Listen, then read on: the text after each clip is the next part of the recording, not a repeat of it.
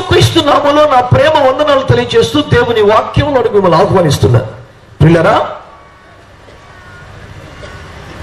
ఈ ప్రపంచ చరిత్రలో అన్ని దేశాల వారు ఎరిగినటువంటి ఒక మహారాజు పేరు దావీదు. అతని శౌర్యమును గురించి, పరాక్రమమును గురించి, ఘనత వహించిన అతని భీకర కార్యాలను గురించి ప్రపంచ చరిత్రలో దాదాపుగా ఎరుగని వారు లేరు. మన ప్రియ భారతదేశంలో కూడా మన సాధారణ విద్యా జీవితంలో పాఠ్య పుస్తకాలలో కాదనలేని, పక్కన పెట్టలేని, ప్రపంచ చరిత్రపై చెరగని ముద్ర వేసిన సువర్ణాధ్యక్ష పరిపాలన దావీదు ద్వారా ఈ భూమి మీద జరిగింపబడింది కనుక అన్ని దేశాల వారు తప్పక ఎరిగిన ఒక చరిత్ర రాజైన దావీదు ద్వారా ఈ ప్రపంచ చరిత్రపై లిఖించబడిందని జ్ఞాపకం చేస్తున్నారు. ఒక గొర్రెల కాపరి అయిన బాలుడుగా ఉండి తనకప్పగించబడ్డ గొర్రెలలో ఒక్క గొర్రె పిల్లను కాపాడడం కోసం సింహపు నోటిలో చెయ్యి పెట్టడానికైనా వెనుకాడిన నమ్మకత్వం, సింహాన్ని చీల్చివేసినటువంటి పరాక్రమం, తరిమి ఎలుకబట్టిని పట్టుకొని చంపి గొర్రె పిల్లను వెనక్కి తెచ్చుకున్న ధీరోదాత్త పరాక్రమ శైలి నిజం. ఇవన్నీ ప్రపంచంలో అతన్ని నీటిగా నిలబెట్టాయి. రాజులే, సుశిక్షిత సైన్యమే భయపడి వణికి చస్తూ ఉన్నారు గొలియాతును చూసి. అతన్ని జీవము గల దేవుని సైన్యమును తిరస్కరించుటకు సున్నతులని ఫిలిష్తీయుడు ఏపాటి వాడంటూ ముందు కొరికి ఒక్క దెబ్బకు పడగొట్టి అతని కత్తితోనే అతను నరికి చంపినటువంటి ఒక అద్భుతమైనటువంటి బలశాలి. చివరికి వృద్ధాప్యములో కూడా అరణ్యములలోనికి తన సొంత పుత్రుడే శత్రువై తరుముతూ ఉన్న ఆ దుర్ఘడియలో ఎలాగైనా ముసలాయిని మట్టు పెడితేనే కానీ మనకు క్షేమం లేదని ఈ పిచ్చి పట్టినట్లున్న కుమారుడు ప్రవర్తిస్తున్న వేళ అతనికి వచ్చిన అత్యవసర సమాచారం ఏమనగా, మీ నాన్న ముసలివాడని నువ్వు ధైర్యం చేయమాకు, అతడు మహాపరాక్రమశాలి, యుద్ధమందు ప్రవీణుడు, అతడు జనములలో ఉండడు, సైన్యంతో పాటు ఉన్నాడు, ఎక్కడో ఒంటరిగా ఉంటాడు. అతని పరాక్రమశాలిని గురించి తెలిస్తే సింహపు గుండె గలవారు సైతం తమ గుండెలు తాము కరిగిపోయినట్టుగా ఉంటారు అంటూ మాట్లాడారు. బిడ్డలారా, ఇలాంటి పరాక్రమశాలి దావీదు మీరు గమనించగలిగితే, దేవుని బిడ్డలారా, దేవుని వాక్యాన్ని మీరు ఆలోచించగలిగితే 40 సంవత్సరాల సుదీర్ఘ కాలం అతడు పరిపాలన చేశాడు. 40 సంవత్సరాలు కడు భీకర యుద్ధాలు చుట్టుపక్కల చేస్తూ తన రాజ్యాన్ని ఒక మహాసామ్రాజ్యంగా విస్తరింప చేశాడు. ఇందులో విశేషం ఏంటంటే 40 సంవత్సరాల కాలం యుద్ధాలు జరుగుతూనే ఉన్న ఆ యుద్ధముల ప్రభావం దేశములో ప్రజల జీవనం మీద పడకుండా కాపాడుకుంటూ వచ్చిన పరిపాలన దక్షుడు దావీదు. ఎన్నడో 11-12 ఏళ్ల క్రితం ఒక చిన్న కార్గిల్ యుద్ధం జరిగితే ఇప్పటికీ దాని పన్నులు మన నెత్తి మీద పడుతూనే ఉన్నాయి. కొవ్వొత్తి కొన్న ఉంటుంది దాని మీద ట్యాక్స్, మనకి కార్గిల్ ట్యాక్స్. ఒక చిన్న యుద్ధం సంవత్సరాల కొద్దీ దేశంలో 100 కోట్ల మందిని పీడించుకు తింటుంది. ఇది మన పరిపాలన దక్షత, మన నాయకుల ప్రతిభ. కానీ దావీదు పరిపాలన చూస్తే 40 ఏళ్ల పాటు సుదీర్ఘమైన యుద్ధములు దేశం వెలుప జరుగుతూ ఉన్న దేశంలో ప్రజానీకానికి యుద్ధ వాతావరణమే తెలియకుండా సమాధానముగా పరిపాలించిన ఘనత దావీదుకు చెల్లింది. ఇలాంటి దావీదు జీవితంలో చోటు చేసుకున్న అరుదైన అద్భుతమైన సంఘటన ఈనాడు మనం ధ్యానిస్తున్నాం. దావీదుకు భయం అంటే తెలియదు. అది సింహమైనా పరిగెత్తికెళ్ళి దాని నోట్లో చేయబెట్టి దాన్ని చీల్చి చంపాడు. పరిగెత్తి వేటాడి పట్టుకొని ఎలుగుబంటిని చంపాడు. సకల ఆయుధాలు మోస్తున్న వేరొకడితో వస్తున్న గొలియాతును ఒక్క రాత్రపుకు కూల్చి పరిగెత్తికెళ్ళి వాడి మీదకెక్కి వాడికత్తి తీసి వాడి తల నరికి పట్టుకెళ్ళి ఆడి ఖడ్గాన్ని దేవుని గర్భాలయములో దాచిపెట్టాడు. ఒకటా రెండో దావీదు పరాక్రమాలు చెప్పడానికి. ఇంతటి భీకరముగా చెలరేకపోయినటువంటి దావీదు ఒక్క దగ్గర మాత్రం భయపడ్డాడట. దావీదా భయపడటమా? దావీదుకు భయమా అంటూ అందరూ ఆశ్చర్యపోవాల్సిన సంఘటన అది. ఇంతకీ విషయం ఏమిటంటే, దేవుని మందసం అనండి గట్టిగా ఒకసారి. ఈ దేవుని మందసాన్ని సౌరంభంగా మహా సంభ్రమాశ్చర్యాలతో ఇంటికి తెచ్చుకోవాలని ప్రయత్నించినటువంటి దావీదు తొలి ప్రయత్నంలో పొరపాటున ఆ మందసపు ప్రభావానికి అనర్హత కలిగి అయోగ్యుడయ్యుండి సాహసించి ప్రమాదమును ఊహించక తీవ్రతను ఎంచక పొరపాటున చెయ్యి చాపి తాకిన ఒక సాధారణ వ్యక్తి దేవుని తీర్పు విధింపబడిన వాడై మరణించగా ఆ మరణాన్ని చూసి గజగజలాడిపోయాడు దావీదు. అమ్మో, మందసముతో ఇంత డేంజరా? అది చాలా మంచిదనుకున్నాను, మనకు మహా ప్రయోజనం కలిగిస్తుందనుకున్నాను, మనకు కడు దీవెనకరంగా ఉంటుందనుకున్నాను. అందుకే సంభ్రమాశ్చర్యాలతో ఆనందోత్సాహాలు ఇంటికి తీసుకొచ్చుకుంటున్నాను. ఇలా ఉండగా అమ్మో, దాన్ని తాకినంతనే ఆడు చచ్చిపోయాడే. ఇలాంటి మందసం రేపొద్దున మా ఇంట్లో పెట్టుకుంటే నేనే తగిలి చావచ్చు, నా భార్య బిడ్డలే చావచ్చు, నమ్మకమైన నా ప్రాణమునకు అట్టేసి నన్ను కాపాడుకుంటున్న యోధులు చావచ్చు. ఎందుకు వచ్చింది నా తెప్పలు? ఓ ఈ మందసమా, నీకు నమస్కారం, మా వద్దనే బాబు అని ఊరు బయట పాకలలో పేదవాళ్ళు ఉంటే ఒక పేదోడిని చూసి వాడిని బగ్రగం చేశారే, మందసం వాడి ఇంట్లో పెట్టండి రా అన్నాడు. అన్నవాడెవడో రాజు, వద్దు అంటే ఒక్క మాట మీద రావకొడతాడు. రాజుకు ఎదురు తిరిగేదవా, ఎవడెవరా నీవు, ఏసై వరదస్తాడు. అలాగని మందసం ఇంట్లోకి వచ్చిన బహుశా చావు రావచ్చు. అంచేత బిడ్డలారా, మీరు గుర్తించాల్సింది ఏమిటంటే, ఆలకిస్తున్నారన్న మాటని, వద్దంటే రాజు చావు పడతాడు. మందసం వస్తే కూడా చావు వచ్చేలాగే ఉంది. పోన్లే, వీడి చేతిలో పడి చావడం కన్నా దేవుడి పేరు మీద చస్తే పుణ్యవనం ఉంటుందని ఆ రాజాకి ఫిక్స్ అయిపోయి లోపల ఎట్టించుకున్నాడు మందసారి. రాజా తమరు చెప్తాం ఉంచండి, ఏమంటావు నాయన అని దండం పెట్టి లోపల పెట్టుకున్నాడు. అమ్మయ్యా, కీడు తొలగిపోయింది, మరణం తప్పింది, గండం గడిచింది నాయన అని ఆనందంగా దావీదు ఇంటికి వెళ్ళిపోయాడు. తన పనిలో తను పడ్డాడు, ఇవంతా మర్చిపోయాడు. ఒక 3 మాసాల తర్వాత ఆ రోజున కళ్ళ ముందు మందసాన్ని తాకి ఒకడు చచ్చిపోయినందుకు భయపడి మందసాన్ని ఒకటి అమాయకుడి గుడిసెలో పెట్టాంగా ఆ లొన్నార సత్యార సూచనంటే ఒకడు పంపాడు. విచిత్రం ఏంటంటే అక్కడ అసలు పాకే లేదు. ఇంతకు ముందు చూపులో ఒకడు చచ్చాడు, ఈసారి ఇల్లు చచ్చిపోయి ఉంటుంది, మొత్తం లేచిపోయారు. పాకే లేకుండా పోయిందని పక్క వారిని ఎంక్వైరీ చేశారట. ఇక్కడ ఒక గుడిసె ఉండేది, అప్పుడు రాజుగారు మనసు పెట్టారు, అదిగోండి అపార్ట్మెంట్ ఆ బిల్డింగ్ అదే అని చెప్పాడు పక్కనోడు. ఇదేందిరా, ఇది చిన్న గుడిసె కదా, అపార్ట్మెంట్ అంటాడు, బిల్డింగ్ అంటాడు, ఏమిటయ్యా వ్యవహారం అని వెళితే, అవును సార్ మన దేవుడో తెలియదు కానీ ఆ మందస్సు మా ఇంట్లో అడుగు పెట్టిన కాంచి మాకు బాగా కలిసి వచ్చింది, మేము చాలా దీవించబడిపోయాం. ఆ గుడిసె మాదే, ఆ గుడిసెని నేనే, దేవుడు ఇంత రేంజ్కు పెంచాడు. ఇప్పుడు కనిపిస్తున్న ఐశ్వర్య ధనఘనతలు ఇవన్నీ ఈ మందస్సం వల్ల నాకు దక్కిన లాభాలు దీవెనలు అన్నాడు. వాడు సైలెంట్ గా తీసుకెళ్లి రాజుగారికి చెప్పాడు, సార్ ఆడు సావకు పోగా ఇంచుమించు మీ రేంజ్కి వచ్చాడని చెప్పాడు రాజుగారికి. పోయి రాజుగారికి టెన్షన్ వచ్చి ఎంక్వైరీ వేశాడు, ఆడు నిజంగా మందస్సం వల్లే బాగుపడ్డా, ఇంకేమైనా దొంగసారా కానీ దొంగ నోట్లు కానీ వ్యవహారం ఏదైనా ఉందా చూసినా పోవాలి. ఇక రాజుగారి పర్సనల్ ఎంక్వైరీలో తప్పుడు సమాచారం వచ్చే ఛాన్స్ ఏముంది?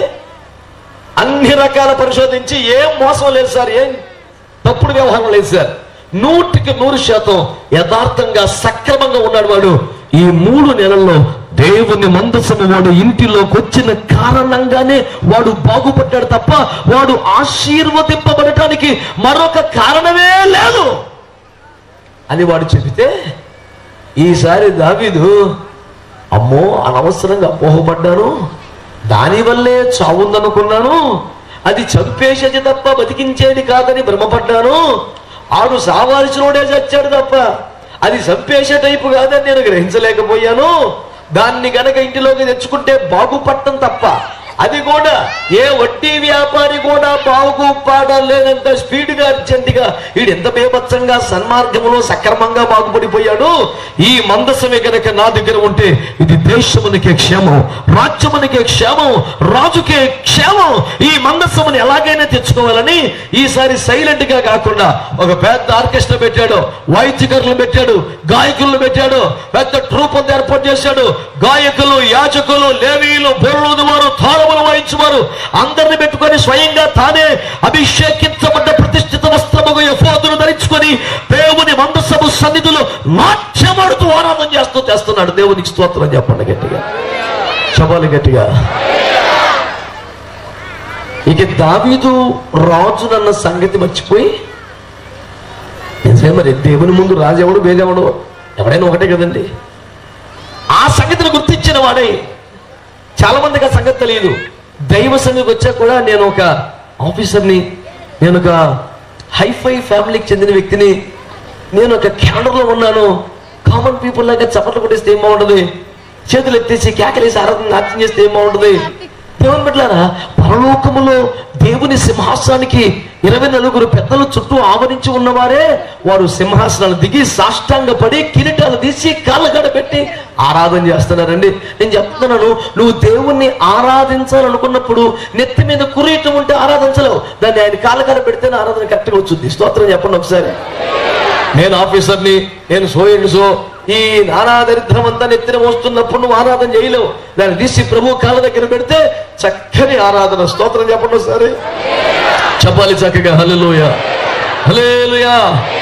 దేవుని సంగమా, దేవుని బిడ్డలారా, ఇతడు శక్తి కొలది నాట్యమాడుతూ ఆరాధనలో మైమరిచిపోతున్నాడు. ఎంతగా మైమరిచిపోతాడంటే పైన ఆ ఎఫోదు ధరించుకున్నాడు. అతను ఎగురుతూ గంతులేస్తూ నాట్యమాడుతుంటే ఆ ఎఫోదు కొంచెం పక్కకు జరిగి తన లోపటి వస్త్రం కూడా ఎదుటి వారికి కనిపించే అంతగా మైమరిచిపోయి నాట్యమాడుతున్నాడు. దేవుని సంగమా, దేవుని ప్రజలారా, ఇప్పుడు మీరు ఆలకించాల్సిన సమాచారం ఏమిటంటే, దావీదుకు మందసం అంటే అంత ఇష్టమా? దావీదుకు మందసం అంటే అంత ప్రేమ? దావీదుకు మందసాన్ని అంత ప్రియమైనదిగా ఎంచుకున్నాడా? ఎందుకని అని మీరు అడిగితే, నిజానికి మొదటి నుంచి మందసం మీద అంత గౌరవ ఘనతలు కలిగిన వాడేవి కాదు. మొదట్లో ఇప్పుడు నెత్తిని పెట్టుకుని ఊరేగుతూ వస్తున్న ఈ దావీదే, ఈ మందసము నాకొద్దు, దీంట్లో మరణం ఉంది, ఇందులో ప్రమాదం ఉంది, ఇది లేకపోతేనే క్షేమం, లేని పరిస్థితులు నాకెందుకని ఊరి బయట పాకల్లో వదిలేసి దరిద్రం వదిలిపోయిందని, కీడు తొలగిపోయిందని, ఇది రాజ గృహములకు రా తగినది కాదని ఊరి బయట పాకలే దీనికి సరైన అడ్రస్ అని దాన్ని బయట పారవేసిన వాడితోనే. ఈ రోజున ఇతనే మళ్ళీ నెత్తిని పెట్టుకుని ఊరేగితే ఇంటికి తెచ్చుకుంటున్నాడు. నడివీధిలో నాట్యమాడుతూ తీసుకొస్తున్నాడు. జన సమూహముల ఎదుట శక్తి కొలది నాట్యమాడుతున్నాడు. నా జీవిత సకల భాగ్యాల్లోకెల్లా సర్వశ్రేష్ఠ భాగ్యం ఈ మందసాన్ని తెచ్చుకోవడమే అని బాహాటంగా ప్రకటిస్తున్నాడు. ఒక పండగలాగా చేస్తున్నాడు. దేవుని ప్రజలారా, ఇంతకీ ఈ మందసం ఏమిటి? ఈ మందసాన్ని గురించి మనం ఎందుకు ఆలోచించాలని మీరు అడిగితే, బైబిల్ గ్రంథములో మందసమును గురించిన కొన్ని శ్రేష్టమైన తలంపులు 1-2 మాటలుగా మీకు జ్ఞాపకం చేస్తాను. మీరు చదవాల్సిన అవసరం ఏమీ లేదు, కానీ ప్రశాంతంగా చూస్తూ వినండి. హెబ్రీ పత్రిక 9వ అధ్యాయం 4వ వచనములో, ఆ మందసములో చిగురించిన అహరోను చేతికర్ర, మన్నాగల బంగారు పాత్ర, నిబంధన పలకలు ఉన్నాయి అని రాశాడు. బిడ్డలారా, నా వైపు చూస్తూ మీరు వినండి ఈ మాట. మందసం అంటే ఏమిటో ఒక మాటగా మీకు జ్ఞాపకం చేస్తున్నాను నేను.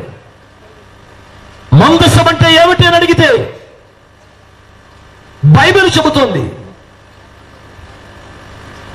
అందులో చిగురించిన అహరోను చేతికర్ర ఉందట. ఆ ముసలైన పెద్ద మనిషి అహరోను అనేక సంవత్సరాలుగా తన చేతికర్ర దేనితో సపోర్ట్ గా తీసుకొని చేత్తో పోటేసుకుంటూ దానిపై ఆనుకొని ఆధారపడి నడుస్తున్నాడో, అలా ఒక ఎండిపోయిన అరిగిపోయిన చేతి కర్ర ఈ మందసం చెరువుకు వచ్చేసరికి ఒక్క రాత్రిలోనే అది బహుగా ఫలించిందట. బిడ్డలారా, వింటున్నారా మీరు? ఆ ఎండిపోయిన కర్ర తెల్లవారుసరికి చిగురించడమే కాదు, ఆ ఎండిపోయిన కర్ర పుష్పించిందట, పిందెలు కాయలు కాసిందట. ఆ కాయలు కూడా మిగల పండిపోయి అద్భుతమైన సువాసన వస్తుందట ఉదయానికే. ఒక్క రాత్రిలో ఎండిపోయిన దాన్ని చిగురింపు చేయటమే, చిగురు పెట్టడమే, కాయలు కాయటమే కాకుండా అది మిగల పండిపోయే ఫలములతో ప్రజలను ఆకర్షించగలిగిన ఒక మహత్తరమైన శక్తి ఇందులో ఉన్నదని ప్రపంచానికి తెలియడానికి ఆ ఎండిపోయిన కర్రను ఆ యొక్క మందసములో పెట్టించాడు దేవుడు. అంటే దాని అర్థం ఎండిపోయిన దాన్ని మరలా బ్రతికించగలదు, ఎండిపోయిన దాన్ని మరలా జీవింపజేయగలదు. మూడుబారిపోయిన దాన్ని ఒక్క రాత్రిలో చిగురింపచేయుటయే కాదు, ఫలింపజేయను గలదు అన్న సంగతిని మందసములో మనము గ్రహించాలి. రెండవది, మన్నాగల బంగారు పాత్ర. దాన్ని ఎందుకు పెట్టారు అందులో అంటే, ఇశ్రాయేలు ప్రజలు కనీసం 20 లక్షలకు పైబడి ఉన్నారు. 20 లక్షలకు పైబడిన జనం ప్రమాణమే 40 సంవత్సరాలకు పైగా కడుభీకరమైన అరణ్యములో ప్రయాణం చేస్తూ సంచరిస్తున్న వేళ ఒక్కడికి కూడా నాకు అన్నం అందలేదనే పేచి లేకుండా 20 సంవత్సరాల పాటు 20 లక్షల జనానికి 40 సంవత్సరాల పాటు ప్రతి పూట తాజా ఆహారాన్ని ఆ దేవుడు అరణ్యములు వారికి అనుగ్రహించాడు. దానికి సూచనగా ఆ మన్నా కొంత తీసి మందసంలో పెట్టారు. అంటే అర్థం ఏంటంటే, వీళ్ళు దేవుడు పోషించే దేవుడు. వెళ్ళిపోయిన దాన్ని చిగురించబేయడం, బతికించడం అని నిలబెట్టడమే కాదు, బ్రతికినంత కాలం సమయోచితంగా ఆహారాన్ని ఇవ్వగలుగుతాడు. ప్రతి పూట తాజా ఆహారాన్ని పెట్టగలుగుతాడు. 20 లక్షల జనానికి 40 సంవత్సరాలు ఒక్క పూట కూడా మానకుండా సమృద్ధి ఆహారాన్ని పెట్టిన దేవుడు ఆయన. మందసములో జీవం ఉంది, మందసములో పోషణ ఉంది. ఇక మూడవదిగా నిబంధన పలకలు దేనికి సూచిస్తున్నాయంటే, ఎటు వెళ్ళాలి, ఎటు వెళ్ళకూడదు, ఏం చేయాలి, ఏం చేయకూడదు అనే విధి విధానాలు, మార్గదర్శకత్వం అందులో ఉంది. దావీదు మాటల్లో చెప్పాలి అంటే, నీ వాక్యము నా పాదములకు దీపం, నా త్రోవకు 119వ కీర్తన 105వ వచనంలో ఆ మాట అంటాడు, నీ వాక్యము నా పాదములకు దీపము, నా త్రోవకు వెలుగు అని. మీరు గుర్తించాలని మనవి చేస్తున్నాను నేను. అంటే నాకు దారి చూపించేది వాక్యం, నేను నడుచుకునవలసిన త్రోవను నాకు తెలియచేసేది వాక్యం. మీరు గుర్తించాలి. ఒకటి జీవం, రెండవది పోషణ, మూడవది మార్గదర్శకత్వం, దారి చూపించేది. ఈ మూడు మందసములో ఉన్నాయి. ఇప్పుడు మీరు చెప్పాల్సింది ఏంటంటే, ఈ ప్రపంచంలో బిడ్డలారా, ఎండిపోయిన జీవితాలని, చనిపోయిన దానిని, కుళ్ళిపోతున్న స్థితిలో ఉన్న దాన్ని మళ్ళీ జీవమునకు తేగలిగే శక్తి ఎవరినైనా ఉందా అని మీరు వెతికితే ఒకే ఒక్క పేరు దొరుకుతుంది. ఆయన పేరు ఈ రాత్రి నేను ప్రకటిస్తున్న ప్రభువైన యేసుక్రీస్తు వారు. దేవునికి స్తోత్రం చెప్పండి, గట్టిగా సంతోషంగా చెప్పండి ఒకసారి. మరణము జీవముగా మార్చిన దేవా. యేసుక్రీస్తు ప్రభువుని గురించి ఒక భక్తుడు ఆలపిస్తూ అంటాడు, నువ్వు మరణాన్నే జీవంగా మార్చేసావు. What a God you are. Incomparable qualities and all the caliber and the capacity in you.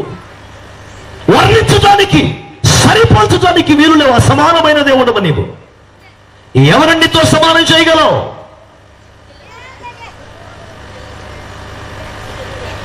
మరణముల గురించి సాధికారికంగా మాట్లాడగలిగిన సర్వశక్తి గల దేవుడున్నాడు. ఆయన పేరు జీవాధిపతి, పునరుత్థానము, జీవము ఆయనే.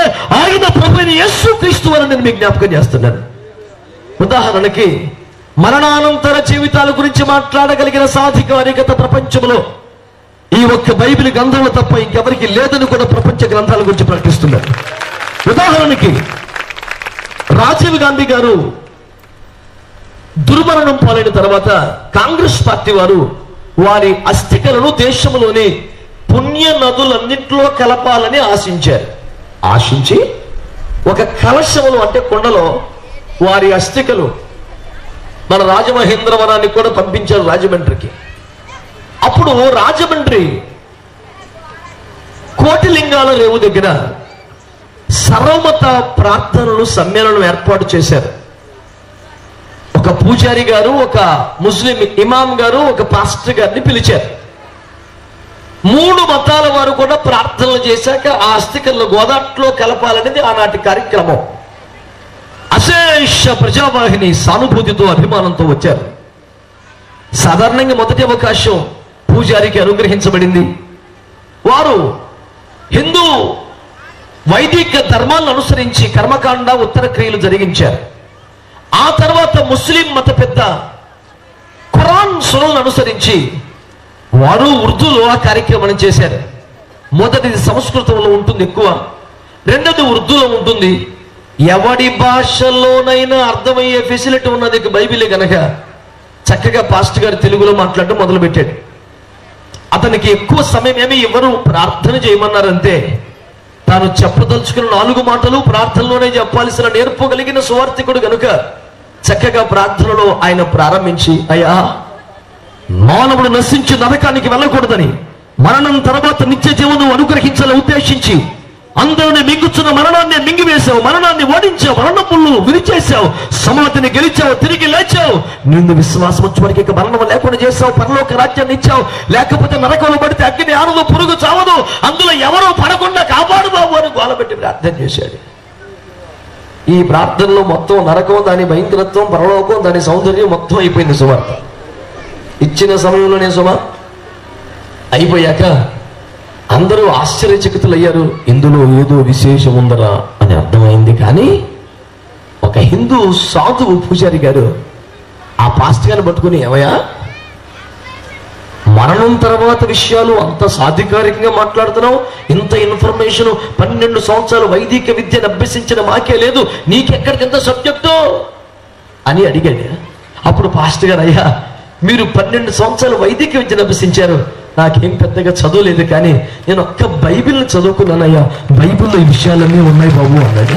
అలాగా బైబిల్లో మరణాంతర విషయాలు అంత బాగున్నాయా అని అడిగి దాన్ని టపటపా తీసి ఆయా వాక్య భాగాలు చదివిస్తే ఆశ్చర్యపోయి, ఇంతకన్నా ఉత్తమ గ్రంథం ఇంకొకటి నేను చూడలేదు అంటూ కితాబుని ఇచ్చాడు. ఈ రోజున దేవుని ప్రజలను మీకు మనవి చేస్తుంది ఏంటంటే, బైబిల్ మాత్రమే మరణం తర్వాత విషయాలు మాట్లాడగలదు, మరణం ముగింపు కాదని. మరణం దగ్గర ప్రపంచం రాసింది నథింగ్ బియాండ్, అంటే దీని తర్వాత ఏమీ లేదని. కానీ అదే మరణం దగ్గర బైబిల్లో యేసు ప్రభు రాశాడు, దెర్ ఈస్ మోర్ బియాండ్, దీని వెనక ఇంకా చాలా ఉంది.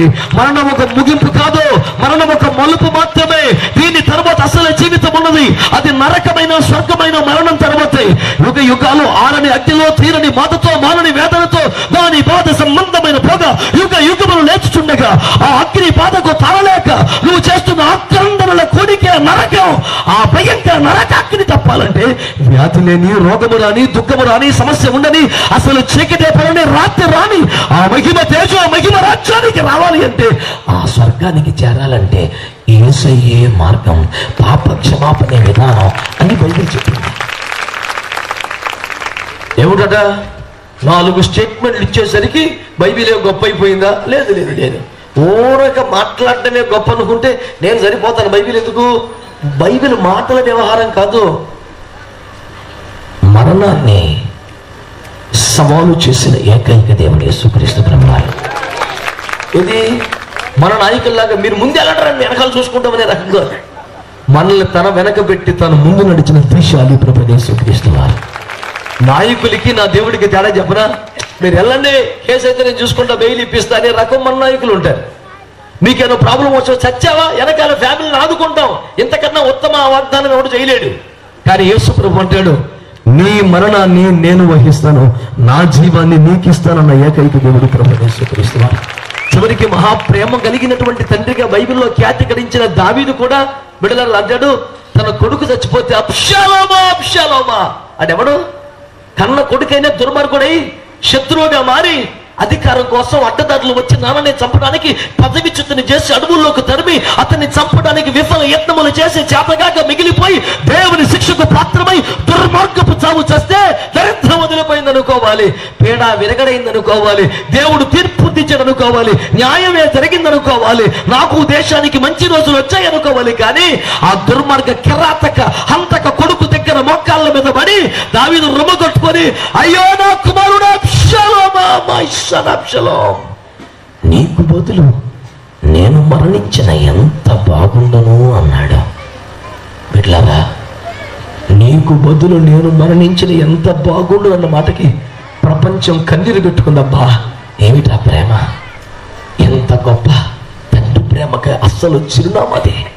తను చంపకున్న శత్రువు లాంటి కొడుకు చచ్చిపోతే, అయ్యో నా కొడుకా నీ బదులు నేను చచ్చిపోతే బాగుండని అంటున్నాడే, ఎంతటి ప్రేమ అది అని ప్రపంచం దావీదు ప్రేమకు జోహార్లు అర్పిస్తే, నేను అంటున్నాను నీకు బదులు మరణిస్తే బాగుండును అన్నందుకే తండ్రి ప్రేమ అంత గొప్పదైందా? కానీ నా యేసయ్య నీకు బదులు మరణిస్తే బాగుండును అనే డైలాగుతో ఆగలేదు, నాకు బదులు నిజంగానే మరణించాడు, తన జీవాన్ని నాకు ఇచ్చాడు, తన మరణాన్ని నా మరణాన్ని తను తీసుకున్నాడు. ఎవరితో సమానంగా చేయగలం యేసయ్య ప్రేమను? అది ఎంత సత్యమైన ప్రేమ, దైవ ప్రేమ, నిత్య ప్రేమ, అది కొలువగాలేని ప్రేమ, సత్య ప్రేమ, నిత్య ప్రేమ. ఏ పరిస్థితిలోనో ఏ షరతులు లేక ప్రేమించే నన్ను వందనం ప్రభువా, అది అంత సత్యమైన ప్రేమ, దైవ ప్రేమ, నిత్య ప్రేమ. దేవుడి వెనకాల మనం పడాలా, మన వెనకాల దేవుడు పడాలా? ఏమండి, దేవునినే మరచినను ఆ ప్రేమనునే విడచినను, పరితపిల్చు హృదయం ఎప్పుడు నాకై పరితపించే, ఎంతగానో నన్ను ప్రేమించే. నేను దేవునికై ఆయన ప్రేమకై పరితపించాల్సింది పోయి నేను నా ఇష్టానుసార పాపిష్టి జీవితంలో లోకములో తిరుగుతూ ఉండగా నా కోసం పరితపించిన ప్రేమ యేసు ప్రేమ. నా స్థానములోకి వచ్చిన ప్రేమ యేసు ప్రేమ. నా మరణాన్ని తాను తీసుకుని తన జీవాన్ని నాకిచ్చిన ప్రేమ యేసు ప్రేమ. ఇట్టి శాశ్వత మహిమ ప్రేమకై ఒక్క స్తోత్రం చెప్పండి గట్టిగా.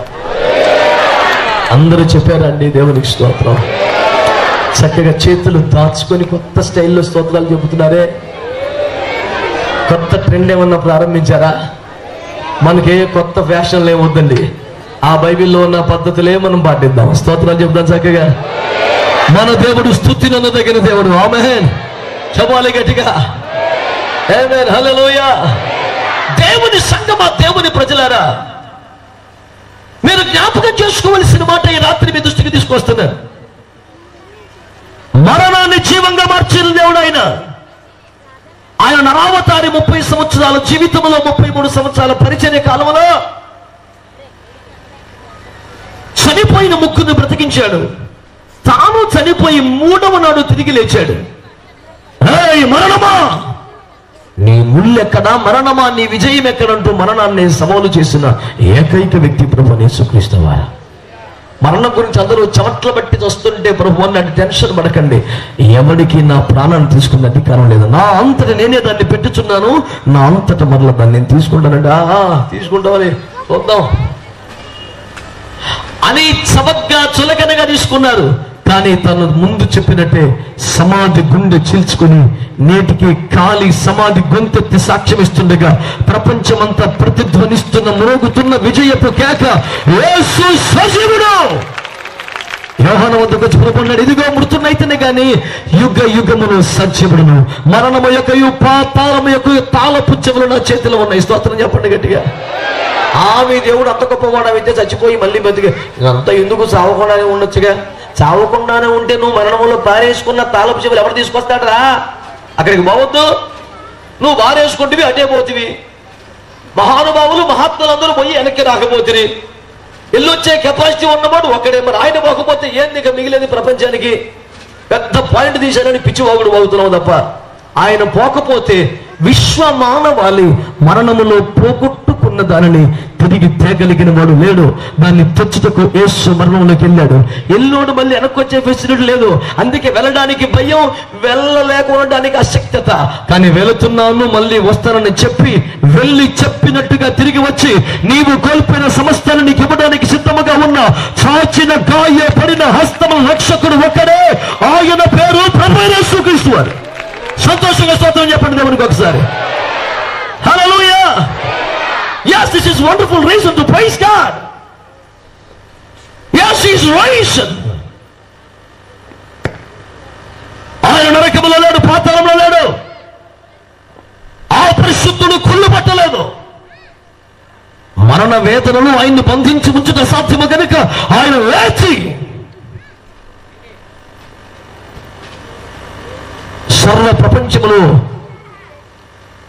అబ్బా తండ్రి అని పిలుచు ప్రతి వానికి సమీపస్థుడై ఈ రాత్రి వినగలుగుచిన వారందరితో మాట్లాడుతున్న ప్రేమగల దేవుడై ఉన్నాడు.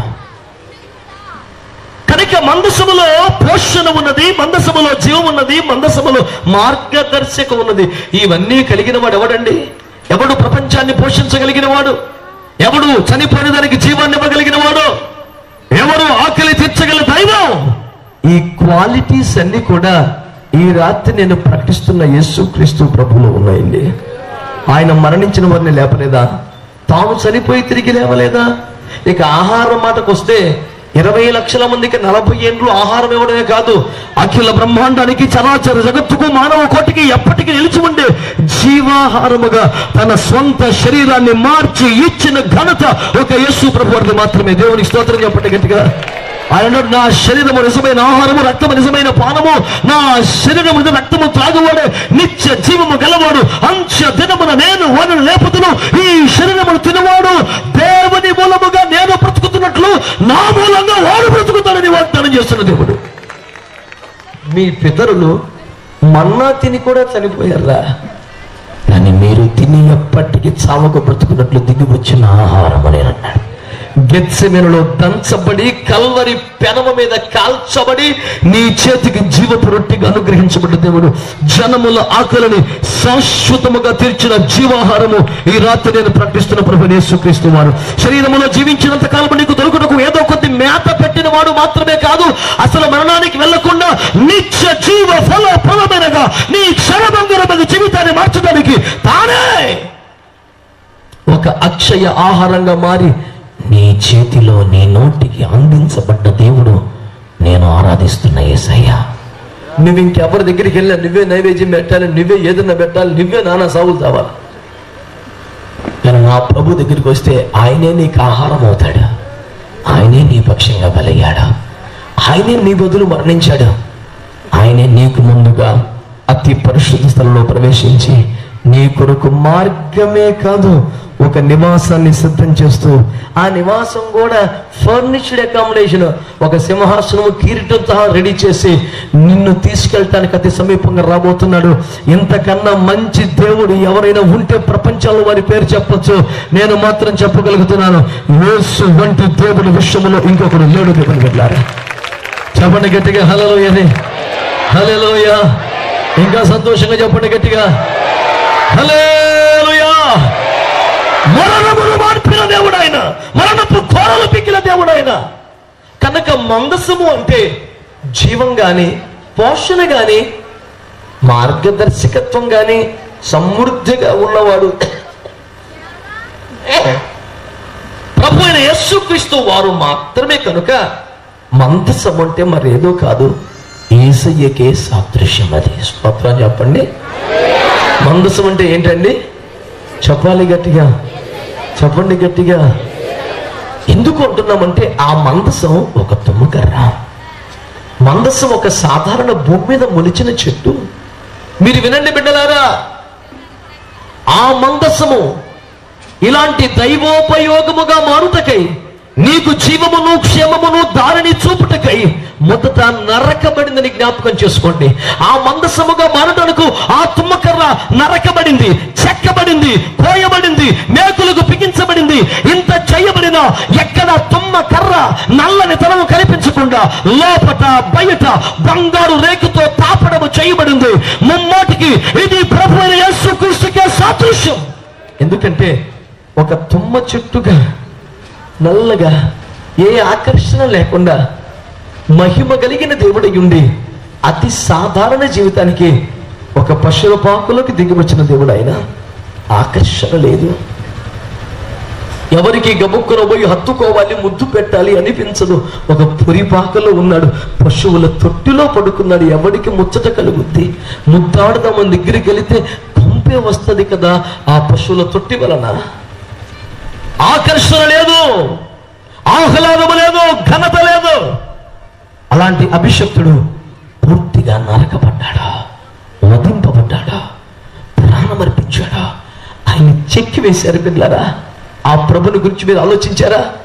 చచ్చిపోయిన కుక్కనొకడు తాడుగట్టి రోడ్ల మీద ఇడ్చికెళ్ళినట్టుగా ఆ శిలువ శ్రమలో యేసు దారుణంగా ఏడవబడ్డాడు. గెత్సేమనే తోటలోనే రక్తము చిందించడం ప్రారంభించిన నా ప్రియ ప్రభువు ఒక దొంగను ఇట్లాగా కౌగిలించు పట్టుకొని ఉంటే వీపు మీద కొరడాతో కొట్టారు ఆయనకి. ఒకటి తక్కువ 40 కొరడా దెబ్బలు. ఒక్కొక్క దెబ్బ కొరడా చివరి 3 త్రాళ్ళుగా చిలిపోయి చేప గేల లాంటి కొక్కేల లాంటివి యేసు ఒంట్లోనికి ఒకసారి కొరడా కొడితే ఆ 3 అలా బాడీలోకి దిగుతున్నాయి. వెనక్కి లాగినప్పుడు అది యేసు దేహను అలా చీల్చుకుంటూ వస్తున్నాయి. అది ఎంతగా చీల్చేస్తుంటే నాగలితో భూమిని దున్నితే ఆ నాగటి చాళ్ళు ఎంత క్లియర్ గా కనిపిస్తాయో యేసు క్రీస్తు వీపు కొరడా చీలికల ద్వారా అలాగే దున్నబడిపోయింది. బిడ్డలారా, అంత కూడా రక్తము ప్రవహిస్తూ ఉంది. నెత్తి మీద 2 అంగుళాల తీగ మేకుల్లాంటి ముళ్ళ కిరీటం పెట్టి ఒకడు కర్ర పట్టుకొచ్చి లాగి పెట్టి కొడితే ఆ తీగ మేకుల్లాంటి ముళ్ళు కస్సున తలలోకి దిగి కరతల్లోనికి వెళ్ళి రక్తం ఎదురు జిమ్ముతూ ఉంది. ఆ ముళ్ళ తీగ స్వభావం పచ్చిగా ఉన్నప్పుడు ఉంటుంది, ఇంత ఎండిన కొద్ది సంకోచించి దగ్గరకు వస్తుంది. ఇది ఇప్పుడు కిరీటంగా అల్లారు, తల మీద పెట్టారు, కర్రతో కొట్టారు. ఎండెక్కుతున్న కొద్దీ అది దగ్గరకు వస్తూ ఉంటే ఆ మారణ హోమంలో ఉదయం 9 గంటలకు సులు మీద వేలాడటం ప్రారంభించి 3 గంటల వరకు నరక యాతన పడ్డ దేవుడు ఆ సులు మీద ఉండగా అది దగ్గరికి వస్తున్న కొద్దీ తల చెత్త అయిపోతున్న దారుణ అవస్థ ఆయన అనుభవించాడు.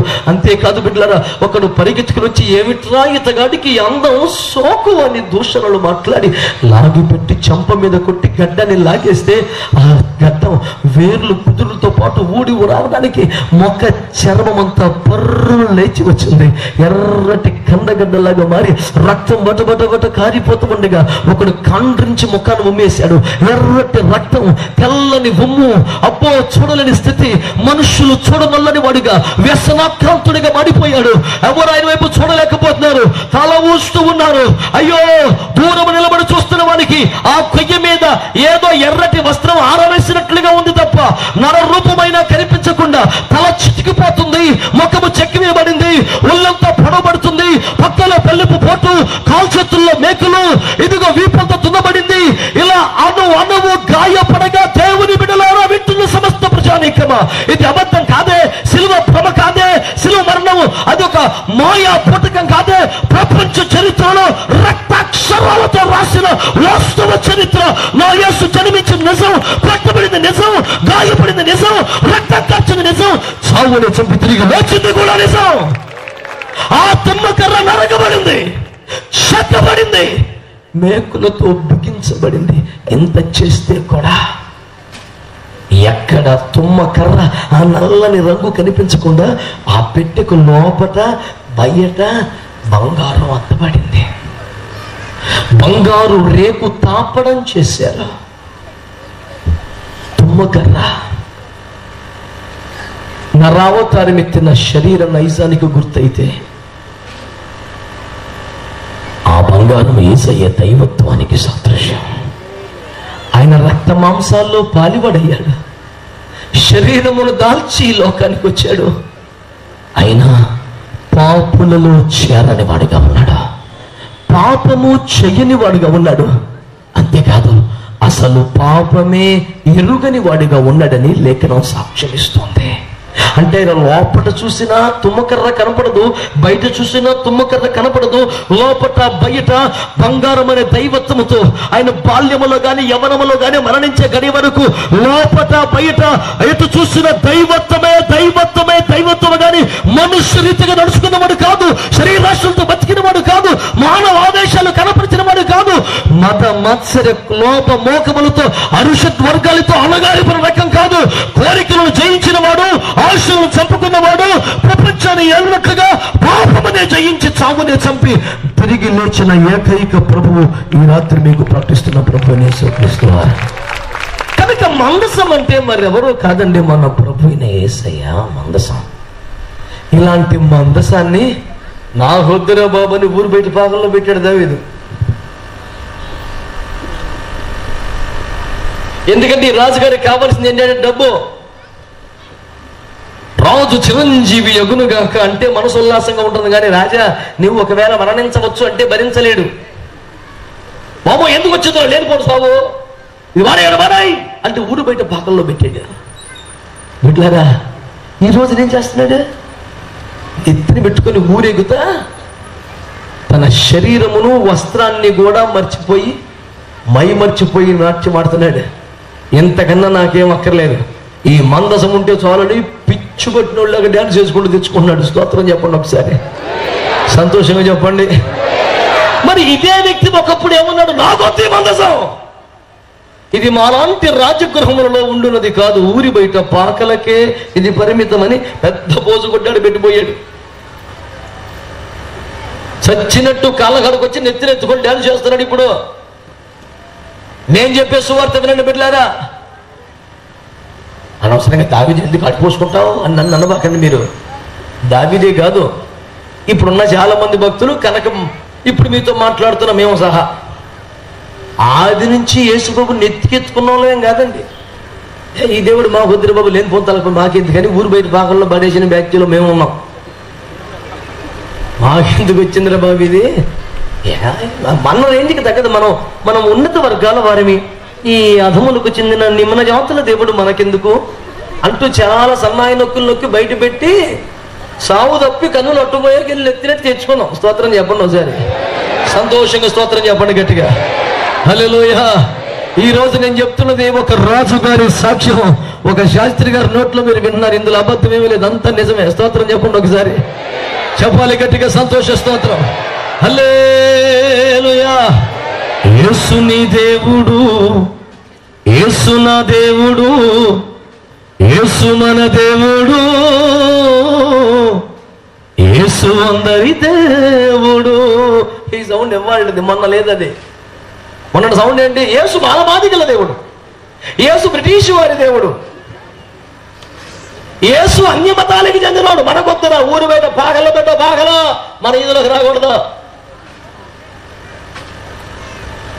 ఇప్పుడు మీకు వార్త చెప్పనా?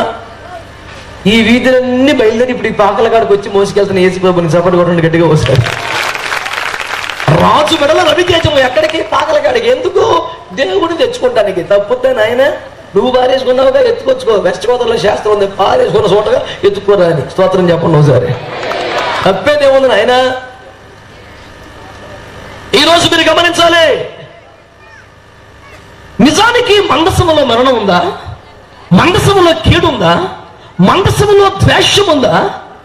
మందసములో ఉన్న మహిమ గురించి 2 మాటలు మీకు తర్వాత చెప్తాను కానీ బిడ్డలారా. కానీ దావీదు అమ్మో ఇందులో మరణం ఉంది అనుకొని వదిలేశాడు. నిజానికి అందులో మరణం లేదు. మరణం ఎందుకు వచ్చింది? ఆడు చేసిన ఎవరికి వచ్చింది? సావునకు తగిన పని వాడు చేసి చేస్తే మందసమే చంపేసిందని ఊరు మంగళ మీద పట్టమంటే అదే మరి. రాకులు ఎక్కడో చూడకుండా మా మీదకి వచ్చి పడతాడు ఏమిటి? మీకు సువార్త చెప్పేదా? ఎలీషా అనండి, పెట్టుబడి ఏముంది చెప్పొచ్చుగా పేరు. ఆయన ఒక మహా గొప్ప దైవజనుడు అండి. దేవుని కృపలో చాలా శక్తివంతంగా వాడబడ్డ దైవజనుడు. మరణించిన తర్వాత కూడా మరణించిన వారిని సజీవులుగా లేపుటకు తన ఎముకలలో అగ్నిని కలిగి ఉన్న ఒక మహాశక్తి గల ప్రవక్త ఎలీషా. అంతటి భీకరంగా దేవుని కృపలో ఆత్మశాత మండుతూ వాడబడ్డ ఆ దైవజనుడు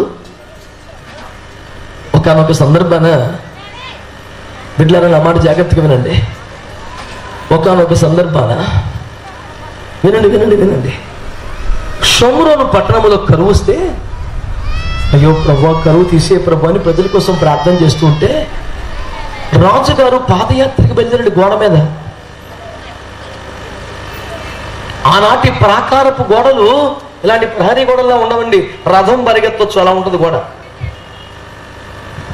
అలాంటి గోడ మీద తిరుగుతూ ఉంటే ఒక స్త్రీ రాజును చూసి, రాజా రక్షించండి రక్షించండి అని ఏడ్చింది. ఏమిటి బిడ్డా నీ కష్టం అన్నాడు. కరువుకు తట్టుకోలేక, తినడానికి తిండి లేక నిన్న నా బిడ్డను వండుకొని తినేసాం కూరకి. ఒప్పంద ప్రకారం ఇది తన బిడ్డను ఇవ్వాలి, ఇది ఇవ్వట్లేదు, మీరన్నా చెప్పండి న్యాయం. తన బిడ్డను ఇప్పుడు కోసుకుని వండుకొని తినాలి మేమంటే రాజుగారు గుండెలు బగిలి బట్టలు చింపుకొని ఏడ్చి గోలబెట్టి, యెహోవా మీకు సహాయం చేయనిది తూర్పు దిక్కు నుండి పడమర దిక్కు నుండి ఉత్తర దక్షిణలు మేము సహాయం చేయలేమమ్మా అని చేతులెత్తేసి సైడ్కి వెళ్ళిపోయి అంటాడు, రేపటికి ఈ వేళకి ఎలీషాను చంపకపోతే నా పేరే కాదు. వారు పనికి మళ్ళీ మాట ఎవడవరా నువ్వు ఒక రాజుగారివా? నువ్వు ప్రజల్ని పోషించాల్సిన వాడివా? ప్రజలు కరువులో అల్లాడిపోతున్నారా? గాడిద తలక 80 రూపాయలు కొనుక్కుంటున్నారా? పావు రూపాయలు పావు కేజీ 10 రూపాయలు కొనుక్కు తెస్తున్నారా? కడుపున బిడ్డల్ని కడుపు తిండి కోసం కోసుకొని వంకాయల్లాగా వండుకు తింటున్నారా? నువ్వు కనీసం ఒక వాటర్ కట్ ఇవ్వలేకపోయిన శాతగానుడి అయ్యుండి రాజ్యానికి వాగ్దానం చేయకుండా ఏదో ట్రై చేస్తానమ్మని మన రాజకీయ నాయకులకు ఏదో చెప్పన్నా గడుపుకోకుండా వాడు అంటాడు, అస్సలు ఈ కరువులకి కష్టాలకి కారణం పాస్టర్ గారే, ఆయన చంపేస్తాను రేపొద్దున. ఇది ఊరు మంగళ మీద పడ్డం అంటే. అసలు కరువు కారణం ఏమిటి? శత్రు దేశం వారు వచ్చి పట్టణాన్ని ముట్టడి వేశారట. పట్టణం లోపల సరుకు బైక్ పోట్ల బయటదేమో లోపలికి తెచ్చుకొని అయిపోయింది, బయట నుంచి రానివ్వట్లేదు. మరి కరువు రాదా? పుట్టు కట్టుకట్టేశారు వాళ్ళు, వాటర్ ప్యాకెట్ కూడా రానివ్వడం లోపలికి. అందుకు కరువు వస్తే వాళ్ళతో సంధి ప్రయత్నాలు చేయాలి, మధ్యవర్తులు సంప్రదించాలి, ఏదో రాయభారం నడుపుకోవాలా, దమ్ముంటే యుద్ధం చేసి సాగు కొట్టి ప్రజల్ని కాపాడుకోవాలా. ఇవేమి శాస్త్రమక రాజ్యంలో కరువు తీయలేవు, దేశంలో పేదరికం తీయలేవు, అవిద్యను తీయలేవు, ఎయిడ్స్ రూపు మార్పులేవు, క్యాన్సర్ని ఆపలేవు, పేదరికాన్ని తొలగించలేవు, ఆర్థిక అసమానతలు తీయలేవు, కుల వ్యవస్థను మార్పలేవు. నీ ఏది శాతం అవదో పాస్టర్లు సంపను, బైబిల్ తగలబెట్టిన, చర్చిలు పన్ను, ఫ్యాషన్ అయిపోయింది ప్రతి వాడికి చేసి ఎక్కగానే. ఎవరా కారణం సమస్యకి? దేవుడా? బైబిలా? దైవజనుడా? ఈ దేశం పుట్టిన మొదలుకొని స్వతంత్రం సిద్ధించే మొదలుకొని ఎన్ని మతకలలో జరిగాయి, ఎన్ని అల్లర్లు జరిగాయి, ఎంత రాద్ధాంతమైంది, ఎంత అనవసర నష్టం జరిగింది. ఇన్ని మత కళ్ళల్లో రక్తంలో ఎప్పుడైనా ఎక్కడైనా భారతదేశంలో ఏ కల్లోలానికైనా క్రైస్తవుడు కారణమయ్యాడా? ఎక్కడ రక్తపాతానికైనా క్రైస్తవుడు కారణమా? క్రైస్తవుడు వల్ల ఈ మతహింస రేగిందా? ఎప్పుడూ ఆ రెండు సామాజిక వర్గాల మధ్య యుద్ధం వస్తుంది. బలైపోయేవాడు ఆబోతుల కుమ్ములాటలో లేకదోడల కళ్ళు వెలుగుతున్నాయండి. సమస్య ఎవడిది? కొట్టుకు వచ్చేది ఎవడు? యుద్ధం ఎవడిది? చివరికి మూల్యం చెల్లించేది మేము.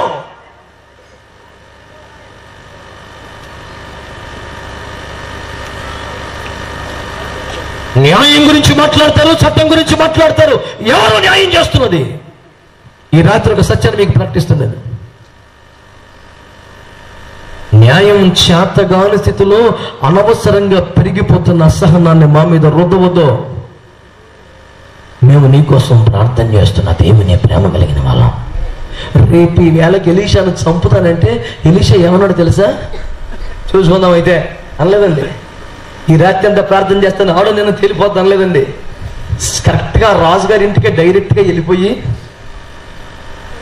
అయ్యా మీరు నన్ను రేపు ఈ వేళకి చంపుతానన్నారంట. సరే మీ ఇష్టం, మీరు రాజు. నేను మీకు చెప్పినది ఏమనగా రేపు ఈ వేళకి యెహోవా కరువు తీసివేయబోతున్నాడు. కపటి వర్ధంగా పడగడిగా రేపు ఈ వేళకి కరువు తీరిపోతుంది. మానిక ఒక్కటింటికి ఎవరు ₹1 దొరుకుతాయి అని చెప్తుంటే నిజమా? ఏంటి గాడిద తలక 80 రూపాయలు కొనుక్కున్నారు ప్రజలు, పౌరపు రెట్ట 10 రూపాయలు పావు కేజీ తెచ్చుకుంటున్నారు. ఏంటి మానిక ఎవరు ₹1? రాజుకు వెళ్ళికి అర్థమవుతుంది, నేను ఎవడి ప్రాణం తీయగూరుచున్నానో అతడు దేశంలో కరువు పోవాలని ప్రార్థన చేస్తున్నాడు. ఇప్పుడు కరువు కొనసాగితే రాజ్యం ఉంటుందా? సింహాసనం ఉంటుందా? అధికారం ఉంటుందా? ప్రభుత్వం ఉంటుందా? నీ ప్రభుత్వాన్ని కాపాడుతున్న ప్రార్థన ఎవరిది?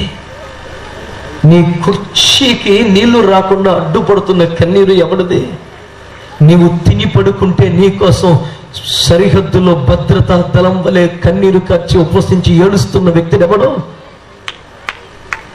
ఎవడైనా ఒక రోజున భారత్ మాతాకి జై అని రిబ్బన్ కట్టుకొని కేక వేయొచ్చు, జిందాబాద్ అని అనవచ్చు, మేరా భారత్ మహాన్ అనొచ్చు. ఆ ఒక్కరోజు కేకలేసి వారి అందరూ కడుపు కట్టుకొని కన్నీరు కారుస్తూ దేశం మాత స్వస్థత కొరకు ఏడుస్తున్నవాడు ఒకడు, ఆడి పేరు కృష్ణుడు. హెలవయ్యా, నువ్వొక్కల నీ ప్రార్థన అక్కర్లేదని తీసివేసినా సరే కన్నీరు కార్చి ప్రార్థన చేసేవాడు ఒకటే. సరే, నీకు ఎవడైనా ప్రార్థన చేయాలి, నీ తరపున అర్థం చేయాలంటే నువ్వు వెళ్ళాలి, తునవ చెల్లించుకోవాలి, శటకోపం పెట్టాలంటే సిస్టమ్ బోర్డు ఉంది. కానీ అక్కర్లేదురా నీ ప్రార్థన అని ముఖాన్ని ఉమ్మేసిన తుడుచుకొని మరి కన్నీరు ఖర్చు వాడొక్కడు, వాడి పేరు క్రైస్తవుడని విజ్ఞాపకం చేస్తున్నాడు. మీకు ఒకవేళ డౌట్ ఉంటే నా ముఖాన్ని ఉమ్మేసి నన్ను కొట్టి చూడండి, నీ కొరకు ప్రార్థన చేస్తాం తప్ప అంతకని ఇంకేం చెయ్యం మేము. ఎవడెవడి మాటలు విని దేవుని ప్రేమను, ఆయన సేవను, సేవకుని అపార్థం చేసుకోవద్దని మనవి చేస్తున్నాను. అపోహలతో జీవితాన్ని పాడు చేసుకోవద్దు, నష్టపోవద్దని కోరుతున్నాను. ఒక రాజే, అమ్మో ఈ మనసులో ప్రమాదం మనకెందుకు వచ్చిందో లేనిపోంది, ఈ మనసులో డేంజర్ అట, ఇందులో మరణం ఉందంట, ముట్టుకుని చచ్చిపోతామంట, నాకెందుకు వచ్చింది తిప్పాలరా అని ఊరి బయట ఒక పాకలో పడేసి వెళ్ళిపోయాడు సార్. నిజానికి ఆ మనసులో మరణం లేదు, అది కొంపలోకి వచ్చిన కాడ నుంచి ఆ పూరి గుడిసె ఐశ్వర్యానికి చిరునామాగా మారిపోయింది. ఆశీర్వాదం ఎక్కడ అంటే ఎక్కడ అని చూపించే పరిస్థితి. పేదవాడు అకస్మాత్తుగా దీవించబడ్డాడు. రాజుగారికి అనుమానం వచ్చి ఎంక్వైరీ వేస్తే ఎలాంటి అక్రమ సంపాదన లేదు సార్, కేవలం ఈ మందసం వచ్చినప్పటి నుంచి, యేసు ఇంట్లో అడుగుపెట్టిన దగ్గర నుంచి, యేసు ప్రభు వారి కుటుంబంలోకి వచ్చిన దగ్గర నుంచే వాళ్ళు దీవించబడ్డారన్న సాక్ష్యం రోజులకు ప్రభుత్వానికి చేరునంతగా దేవుని కృపగల కార్యం ఆ పేదవాడైన ఓబేదేదేమో ఇంటిలో జరిగింది. ఈ రోజున నేను మీకు చేస్తున్న మనవేంటో తెలుసా? శ్రద్ధగా ఆలకించండి బిడ్డలారా. నీకు సరైన సమాచారం లేక, నీకు కరెక్ట్ అయిన ఇన్ఫర్మేషన్ తెలియక, ఎవరో చెప్పిన మాటలు విని క్రైస్తవ్యం మీద లేనిపోని అపోహలు పెట్టుకున్నావు. క్రైస్తవ్యం మీద లేనిపోని అపోహలు పెట్టుకున్నావు. నేను ఒక మాట మీకు జ్ఞాపకం చేస్తున్నాను బిడ్డలారా, జాగ్రత్తగా ఈ మాటలు వినండి బిడ్డలారా. క్రైస్తవ్యం మాలమాదిగల మతం అని మీకు ఎవరైనా చెప్పారా? క్రైస్తవ్యం విదేశీ మతం అని ఎవరైనా చెప్పారా? క్రైస్తవ్యం యూదులకే, మనకు కాదు అని ఎవరైనా అన్నారా? క్రైస్తవ్యం భారతీయులకు సంబంధం లేనిది అని ఎవరైనా చెప్పారా? నేను అంటున్నాను, అది కూడా ఇందాక రాజుగారు భయపడి పక్కన పెట్టేసిన అపోహల్లో ఒక అపోహే, అది నిజము కాదని మీకు జ్ఞాపకం చేస్తున్నాను. ఉదాహరణకి ఒక్క మాట అడుగుతున్నాను, ఏమండి ఇది బ్రిటిష్ వాళ్ళు మనకు తెచ్చి అంటించేశారా? శుభ్రంగా ఉండే వాళ్ళ మనం ఈ బ్రిటిష్ వాళ్ళు వచ్చి మనకి లేనిపోయింది అంటించేశారు అని ఎవరైనా అన్నారా? ఒక్క మాట, బ్రిటిష్ వాడు ఏ శతాబ్దాన వచ్చాడు మన దేశానికి? వాడు వచ్చి వ్యాపారం పెట్టింది ఎప్పుడు? మన విలువైన వజ్రాలు ఎత్తుకుపోయి దాచుకున్నది ఎప్పుడు? మన ప్రజాస్వామ్యాన్ని కూలి చేసి మనలో మనకు చిచ్చు పెట్టి బలహీనతలు ఆసరా చేసుకుని పెత్తందారి వ్యవస్థలు నడిపినటువంటి ఆ చెడ్డ దినాలు ఎప్పుడు? దాస్య శృంఖలాల్లో భారత జాతి మగ్గిపోవడం కారణమైన ఆ నీచమైన నైజం ఎప్పుడు? ఈ భారతదేశంలో యేసు ప్రభువుని దేవుడిగా బ్రాహ్మణులు మొదట ఆరాధించిన 14-15 శతాబ్దాల తర్వాత, అదంతా సుమారు 15, 16, 17 శతాబ్దాలలో వారు చొరబడ్డారు. 17వ శతాబ్దంలో మన దేశంలో చొరబడి సముద్ర మార్గాల పయనించి ఓడరేవులనే వ్యాపార కాంతాలుగా మలచి శ్రామికులనే వాళ్ళు తత్తులుగా మార్చుకుని ప్రజల బలహీనతలను పేదరికలను ఆశగా ఎర్రగా చూపి లాభాలు చూపి దేశాన్ని లూటి చేసిన పాపిష్టి మోక ఆ బ్రిటిష్ సైన్యపు మంద మన దేశాన్ని దోచుకున్నది 17వ శతాబ్దం తర్వాత కదండి.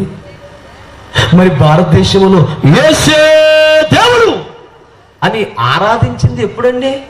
బ్రిటిష్ వాళ్ళు వచ్చి స్కూల్స్ కట్టాక, హాస్పిటల్స్ కట్టాక, ట్రాక్లు వేసాక, రైలు నడిపాక కాదండి.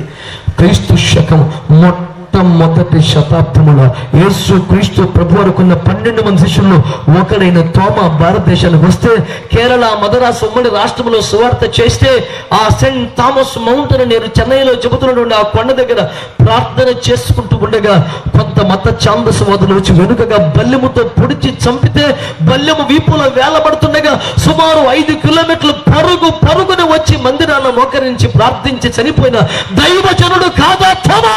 ఇది జరిగింది మొదటి శతాబ్దం. అప్పటికి ప్రపంచ పటంలో బ్రిటిష్ వాడు ఇంకా సొక్కాని ఇక్కడ వేసుకోవాలా, ఆడికి ఇంకా ప్రపంచమే తెలియదు.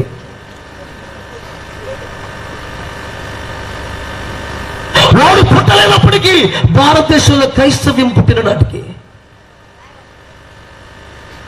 కేరళ మద్రాసు ఉమ్మడి రాష్ట్రంలో బ్రాహ్మణులు పొద్దున్నే ఆ నదిలో స్నానం చేస్తూ నీళ్లు పైకి ఎగరపోస్తూ పాపోహం బాబగర్మోహం బాపాత్మ బాప సంభవ తహిమా కృపయాదేవ జరణాగత వత్సల అని నా శరణము నాస్తి తమేవ శరణం మమ అని సంధ్యావందన శ్లోకం చెప్పుకో సూర్య నమస్కారం చేస్తూ నీళ్లు పైకి ఎగరబోస్తూ ఉండగా తోమ అనే యేసయ్య శిష్యుల్లో ఒకడుగా పోస్తున్న అక్కడికి వచ్చి, అయ్యా మీరు ఏ దేవునికి ప్రార్థన చేయుచున్నారు అని అడిగితే, సూర్య భగవానుడికి చేస్తున్నామని వారు చెబితే, అతడు మన కొరకు దేవుడు సృష్టించిన వాడు కదా, దేవుడు అతడు ఎలాగవుతాడని చెబితే, మరి ఎవరు దేవుడు సంవాదం పుడితే చివరికి బిడ్డలారా చరిత్ర చెబుతున్న సాక్ష్యం ఏమనగా, సరే మీరు నీళ్ళు ఎలా తీస్తున్నారుగా, తీసిన చోట గొయ్యబడుద్దా? పైకి ఎగరపోస్తున్నారుగా, నీళ్ళు అక్కడ ఆగుతాయా? అలా కుదిరిద్ది, మనకు కుదరదు. దేవుడైతే కుదిరించగలడుగా, కుదిరించగలడు. మరి ఏ దేవుడు కుదిరిస్తే ఆయన్ని ఆరాధన చేద్దామంటే ఆ బ్రాహ్మణులు ఒప్పుకొనగా సకల దేవతార్చనలు వారు చేయగా నీళ్లకు గోతి పరలేదు, ఎగరేసినవి ఆగలేదు. అప్పుడు తోమ ఒడ్డున మోకరించి ఒక్క ప్రార్థన చేయగా నీళ్లు తీసిన చోట గొయ్యి కనిపించి ఎగిరిన చోట నీళ్లు ఆగితే మొట్టమొదటిగా బ్రాహ్మణులు తమ జంజాలు తీసి బాప్తిస్మాన్ని పొందారు. భారతదేశంలో మొదటి క్రైస్తవుడు నికార్సన నిష్ఠ బ్రాహ్మణుడు. ఇది మొదటి శతాబ్దపు చరిత్ర. ఇది జరిగి 1700 సంవత్సరాలకి బ్రిటిషోడు వస్తే ఈ బ్రిటిష్ వాళ్ళు అంటగట్టేశారా,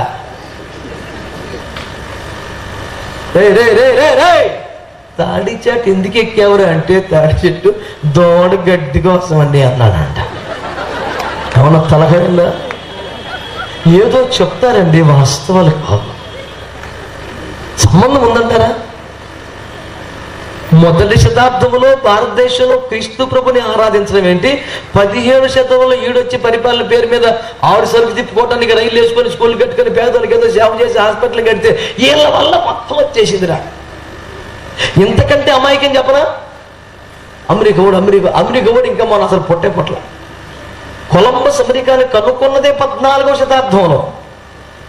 ఆడు పురుడు పోసుకుందే 14వ శతాబ్దంలో. అయితే ఇండియాలో క్రైస్తవత్వం వచ్చింది మొదటి శతాబ్దంలో. ఆడికి ఏం తెలుస్తారు అసలు చెప్పడానికి? అమెరికా వాడికి ఇంటే కొద్దో గొప్ప మనం చెప్తే ఎక్కడి నుంచి వెళ్ళాలి మ్యాటర్ ఆర్థిక నుంచి ఏమవుతుంది అని మనకుంటున్నాడు.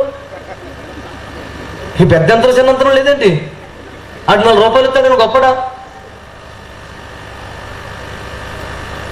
మనం ఇంకా చర్చించిన వాడు ప్రభు నమ్ముకొని బాగుపడిపోయాడు. స్తోత్రం చెప్పండి. డిస్కషన్లో ఉన్నాం, మనకు ఆగలేస్తుంది. ఆ డెసిషన్ తీసుకున్నాడు, బాగుపడిపోయాడు. స్తోత్రం చెప్పండి. మరి సహజం కదా. యూట్యూబ్ ఆన్ చేసుకొని వంకాయ కూర ఎలా ఉండాలని చర్చిస్తా ఉంటే ఆకలి పెరుగుతుంది. వెళ్ళిపోయి ఇంత కూర తెచ్చుకొని తినేస్తే ఆకలి తీరుతుంది. కాలయాపన జరుగుతుంది చర్చల వలన, వ్యర్థ వివాదముల వలన. ఎవరండి దేవుడు? ఉపకారం చేసినోడల్లా దేవుడే. ఆ ఫీలింగ్ ఉండబట్టే కుక్కకి నమస్కారం పెడితే, పందికి నమస్కారం పెడితే, చీపిరి కట్టకి దండం పెడితే. ఎందుకని? అయ్యో ఓ చీపిరి, నా చీపిరి, నీవు లేక తుక్కు తొలగునా కొంపలు కట్టు దండం. ఉపకారం చేసిన దండం పెట్టుకుంటూ పోతే దిక్కేముందరా? పరోపకారార్థం ఏదో శరీరం అన్నారు. కరెక్టే, శరీరం అన్నది ఇతరులకు సహకారం చేయడానికి. ఎవరు చేశాడు సహకారం? తన శరీరాన్ని బలిగా ఇచ్చి రక్షణ తెచ్చిన అసలైన సహకారం యేసు మాత్రమే. చెప్పడానికే ఉన్న సరే డైలాగులు చేసినాడు ఒక యేసు బాబు. ఈ రోజు నెత్తిని పెట్టుకొని మా మంచి మందసమా, మా గొప్ప మందసమా, సర్వశక్తి గల మందసమా, నీవే మాకు దిక్కు అని నా శరణమనాస్తి తమేవ శరణం మమ, నీవున్న చాలు నీవే కావాలి. 7 బింబాల స్టార్ట్ అయిందిరా ఒకప్పుడు. మాకొద్దు ఈ మందసం, ఇది ఊరి బయట పాత్రలు ఉండవలసింది కానీ మా అలాంటి అగ్ర వర్ణముల జాబితాలోకి రాకూడదు. డైలాగులు అయిపోయినా నాన్న.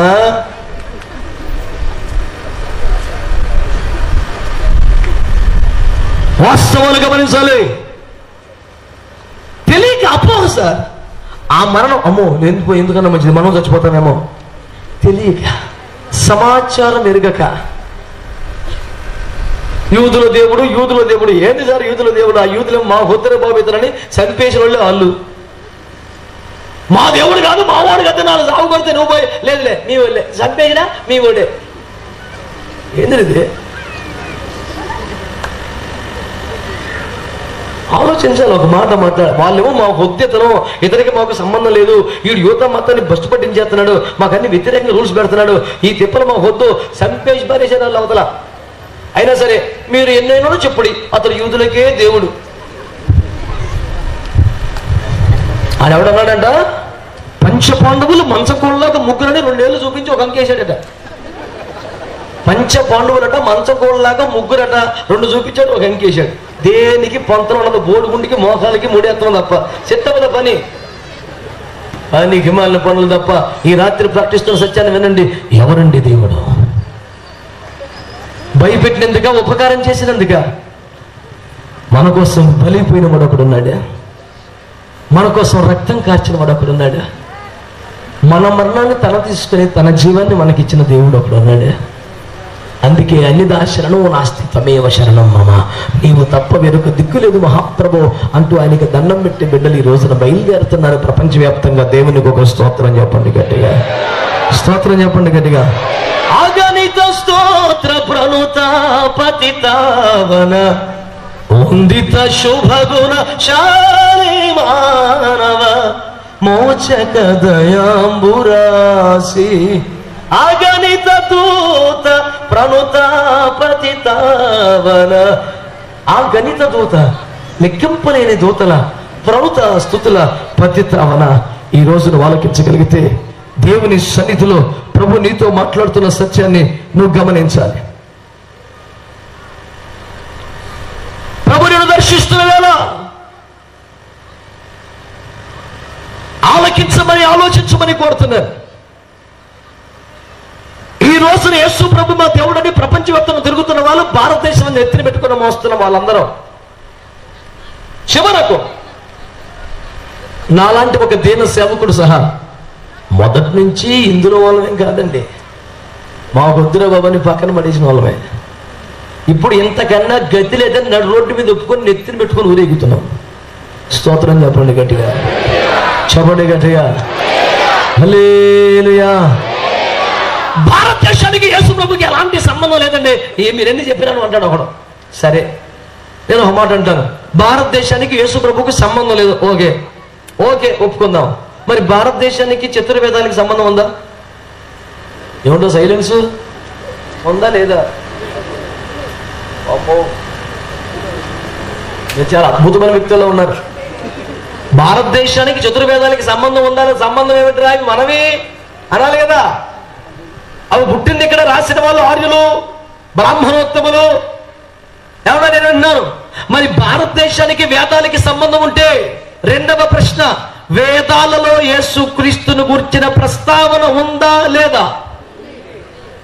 మరి వేదాలు చెబుతున్న యేసు మనవాడా కాదా? చిన్న లాజిక్ చెప్తాను, గుర్తుపెట్టుకో కడుపులో. ఈ ప్రపంచ మత సాహిత్యములో అన్నిటికన్నా ప్రాచీనమైనది మన వేదం అంటున్నాం. శభాష్, కాదనలేదు. Okay, the ancient scriptures of the world is ever found as Vedas. Okay, శభాష్. నేను అడుగుతున్నాను ఇప్పుడు, అన్నిటి పుస్తకముల కన్నా, అన్ని మత గ్రంథాల కన్నా ప్రాచీనమైన వేదాలే అయితే వేదాలలో యేసుక్రీస్తు అవతారమును గురించి ఉంటే, యేసుక్రీస్తు అవతారాన్ని గురించి మరి మొదట చెప్పింది ఎవరన్నమాట? వేదాలే. పాయింట్ పట్టుకో. వేదాలు అన్నిటికన్నా అందరికన్నా ముందున్నవైతే, వేదాలలో యేసుక్రీస్తు అవతార ప్రస్తావన ఉంటే, మరి అందరికన్నా అన్నిటికన్నా ముందు యేసును ప్రకటించింది వేదాలే కదా. మరి ఆ ప్రకారం అన్నిటికన్నా నా పుస్తకమే ఫస్ట్ అన్నాను నేనండి. మరి నా పుస్తకంలో యేసుప్రభు గురించి ఉందంటే మరి నా పుస్తకమే మొదట చెప్పినట్టు కదా. అంటే ప్రపంచంలో అన్ని మత గ్రంథాల కంటే మొట్టమొదట మన భారతీయ వేదాలే యేసుక్రీస్తు దైవత్వాన్ని ప్రకటిస్తూ ఉండగా, వేదములు మొదట ప్రవచించిన దైవావతారం మన అవతారం కాకుండా ఎటుండుదిరా? ఈ ప్రపంచంలో మొదట ప్రవచించిన మన వేదములు ప్రవచించిన అవతారం మనకు సంబంధం లేదంటాడు ఒకడు. ఇంకో రకంగా అంటే బాగుండదు, నాకు సంబంధం లేదను, నీ కర్మ నీది.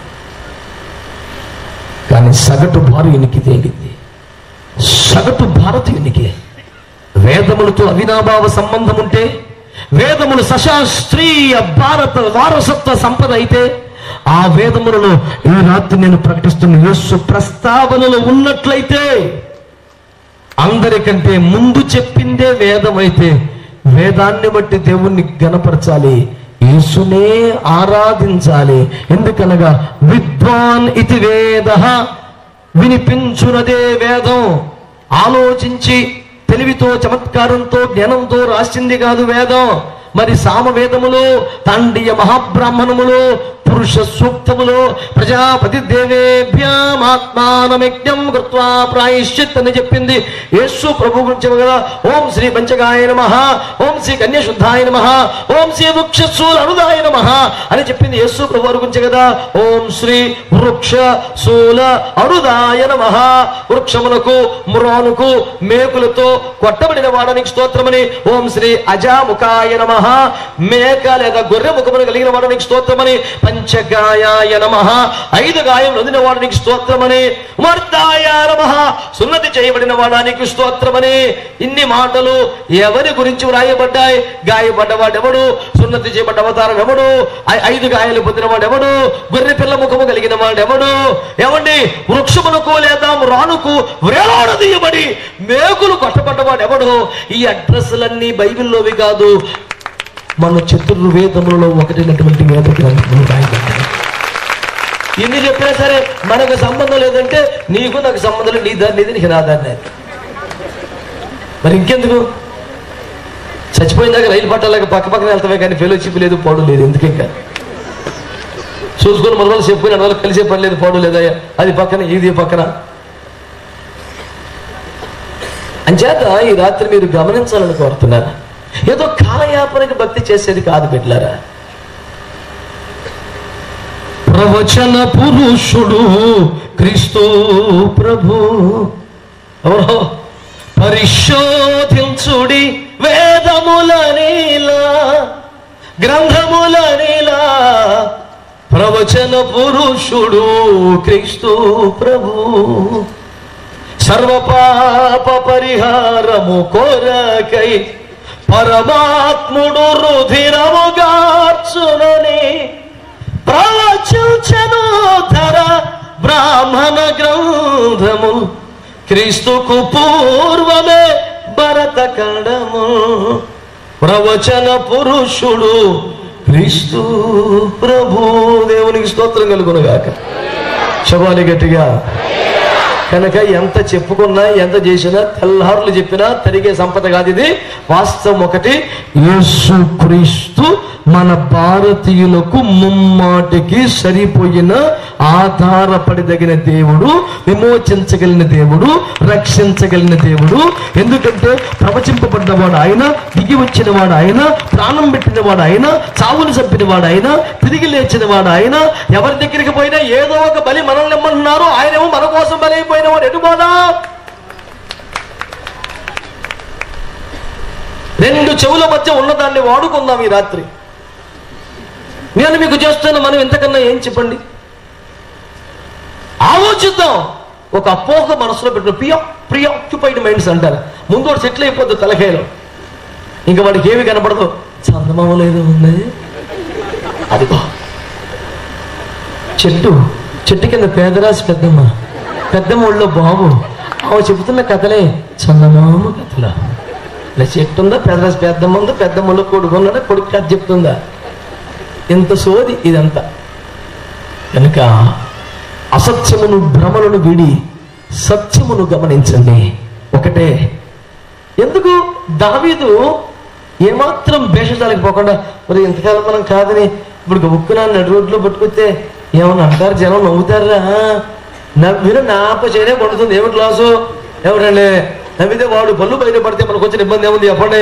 సంతోషంగా యేసు ప్రభుని భుజాన్ని పెట్టుకుని వీధుల్లో తిరుగుదాం. దేవునికి స్తోత్రం చెప్పండి, గట్టిగా సంతోషంగా చెప్పండి. ఇలాంటి ప్రభు మరి లేడు ఇలాలోనా అని భుజాలు పెట్టుకుని సంతోషంగా వీధులన్నీ 20 సంవత్సరాలు బట్టి ఊరేగుతున్న నాన్ స్టాప్ గా స్తోత్రం చెప్పండి గట్టిగా. ఒక ఊరు కాదు, పొల్లు కాదు, దేశం కాదు, ఏసులో ఎక్కడ తీసిపోతే అక్కడ ఇదే భజన. చివరికి జీవితంలో మొట్టమొదటిసారి ఫ్లైట్ ఎక్కాను 2006 సంవత్సరంలో. అంతకుముందు ఫ్లైట్ ఎటు చూడటమే, ఎక్కిన బ్యాచ్లో లేని నేను. నన్ను ప్రభు తీసుకెళ్ళి అందులో కూర్చోబెట్టాడు. ఆ సంతోషాన్ని తట్టుకోలేక, అయ్యా నరపుత్రుని జ్ఞాపకం చేసుకున్నట్టుకు వాడు ఏపాటి వాడయ్యా అని 8వ కీర్తన చదువుకొని ఆ కిటికీలోంచి బయటకు చూస్తూ, నాకు ఎంత భాగ్యం ఇచ్చావు తండ్రి అంటూ నేను ప్రభువుని స్తుతిస్తూ ఉండగా అప్రయత్నంగా నా కళ్ళలోంచి నీళ్ళు వచ్చేస్తున్నాయి. అలా అందరూ చూస్తే బాగోదని కిటికీ వైపు తిరిగాను. అలా కన్నీరు నా షర్ట్ అంతా తడుస్తుంది. ఒకలాంటి కృతజ్ఞత, సంతోషం. దిక్కులేని వాడిని, దీనుణ్ణి, ఎందుకు పనికిరాని వాడిని నన్ను ఇక్కడికి తీసుకొచ్చావా ప్రభువా అని కృతజ్ఞతగా ప్రభుని ఆరాధిస్తుంటే ఆ ఎయిర్ హోస్టెస్ వచ్చి, sir what is your problem sir, why are you crying sir. అమ్మా నేను ఇప్పుడే బాగా సంతోషంగా ఉన్నానే తల్లి, నేను ఏడవట్లేదు పో అన్నా. ఆ పిల్లకి ఏం తెలుసు, పర్వాలేదు సార్ మేము ఉన్నది మీకు సేవ చేయడానికి, మీ సమస్య ఏమిటి, నువ్వే నా సమస్యలో ఉన్నావు, బావే తల్లి, మనశ్శాంతిగా ప్రభుని ఆరాధించుకుంటే అడ్డుపడ్డావేంటి, బాధ వాడివా. ఏమో పోయి ఇంకో హామం తీసుకొచ్చి నా వచ్చి, excuse me sir I'm cabin కు incharge, so what why you disturbing, no sir we're here to serve. మనస్ఫూర్తిగా దేవుని భారత నేతలు వేరే స్వాదంలో తయారయ్యారు. ఆదరమంటే వీళ్ళిద్దరు పోయి ఇంకొక ఆఫీసర్ తెచ్చారు నా బ్యానానికి. వాట్ వచ్చి sir, excuse me sir we're here to help you sir, what is your problem. ఎరక్కపోయి ఫ్లైట్ ఎక్కితేనే మీరు నా ప్రాణమే పడ్డారేమంటారా.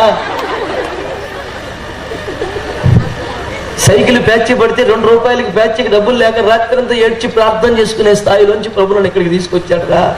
నేను కృతజ్ఞతగా ఆరాధన చేసుకుంటే మీరు ప్రాబ్లం ఏంటంటారు, ఏంట్రా ప్రాబ్లం పోయిందిరా. అడిగి అర్థం అవట్లే. లేదు సార్ మేము ఉన్నది మీకు సేవ చేయడానికి, చెప్పండి సార్. ఇక నాకు జ్ఞానం మీదకి వచ్చింది. సరే చెబుతానే వింటారా అన్న. ఎస్ సార్ పిలువ, 5 కూడా పిలువ, బ్యాచ్ మొత్తం 3 వచ్చారు. చెప్పండి సార్ అంటే నా సాక్షి మధ్య చెప్పేసి అనేసి రక్తం ఇచ్చి స్తోత్రం హల్లెలూయా.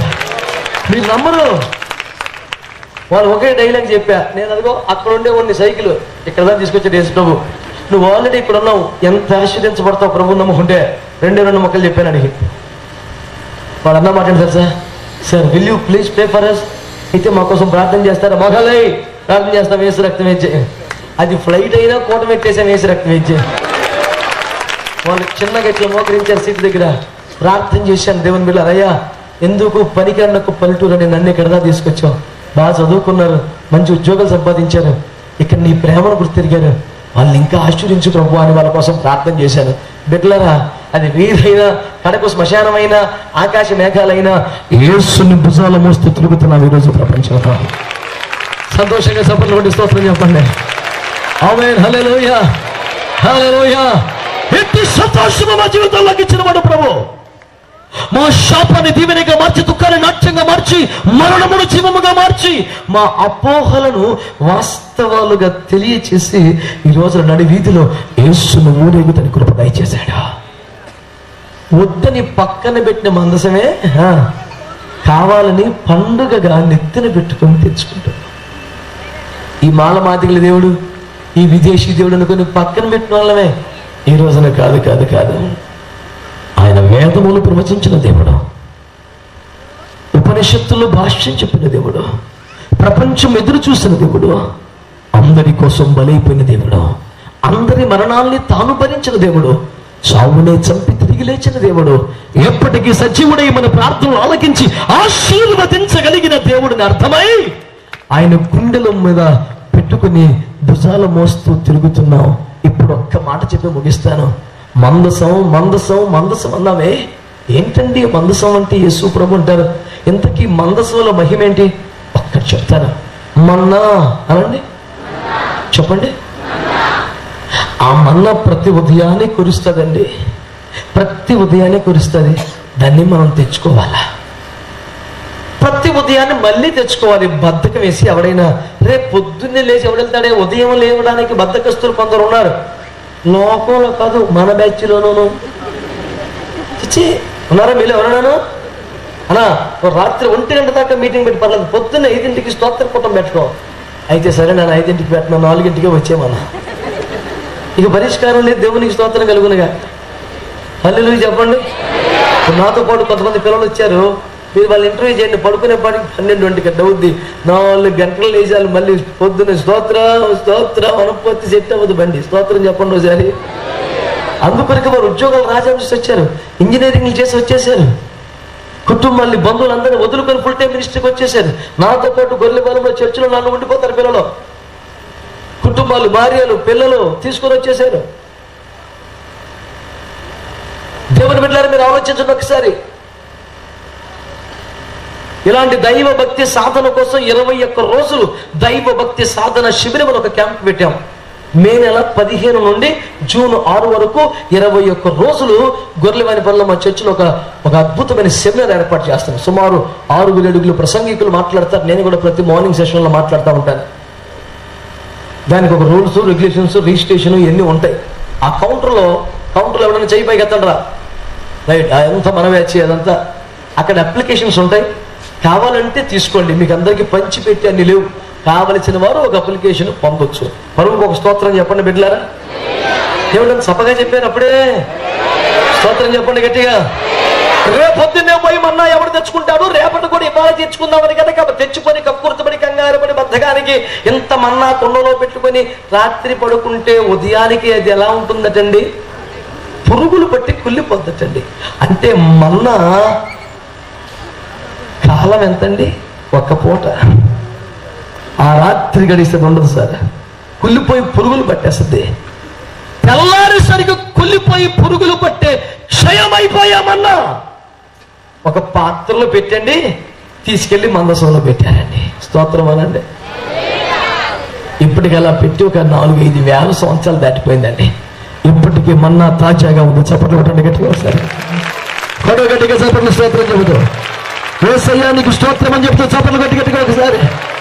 ఒక్క రాత్రిలో పురుగులు బట్టి కుళ్ళిపోయి నాశనం మన్నాని ఇప్పటికీ చాలా ఆరోగ్యంగా పవిత్రంగా ఉంది. ఎఫెసీ సంఘానికి లేఖ రాస్తూ ప్రకటన 2లో ప్రభు అంటాడు, జయించు వారికి మరుగయ్యున్న మన్నాను భుజింపనిస్తాడు.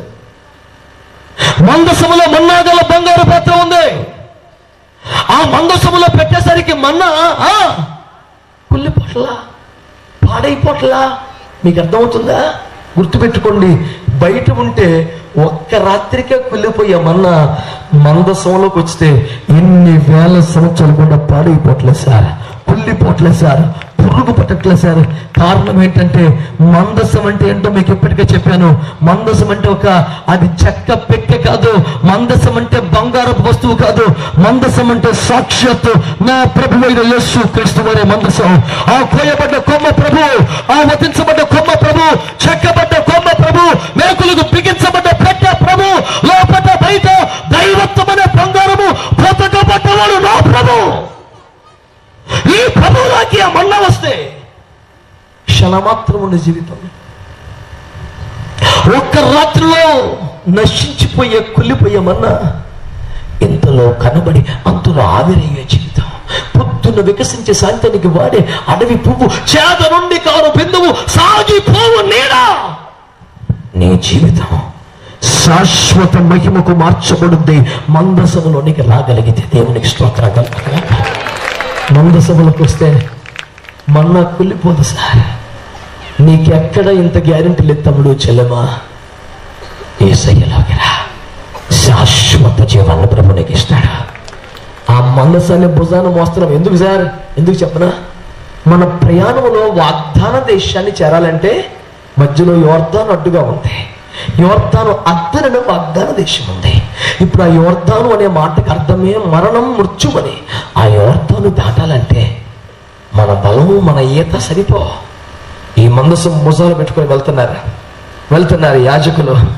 మెల్లిగా భుజాన్ని పెట్టుకొని యోర్దానులోకి దిగారు. వాళ్ళ అరకాళ్ళు యోర్దాను నీటికి తాకగానే యోర్దాను వెనక్కి వెళ్ళిపోయిందట.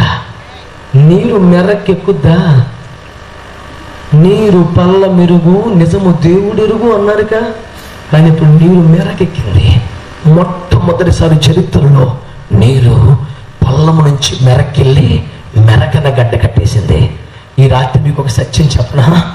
నీ ఎదుట యోర్దాను చీలి నీవు క్షేమంగా అవతలి ఒడ్డుకి, వాగ్దాన దేశానికి, బంగారు పరలోక రాజ్యానికి చేరాలి అంటే నీ భుజమున్న మందస్సము మోసే బిడ్డగా నీవు ఉండాలి. దేవునికి స్తోత్రం చెప్పండి గట్టిగా.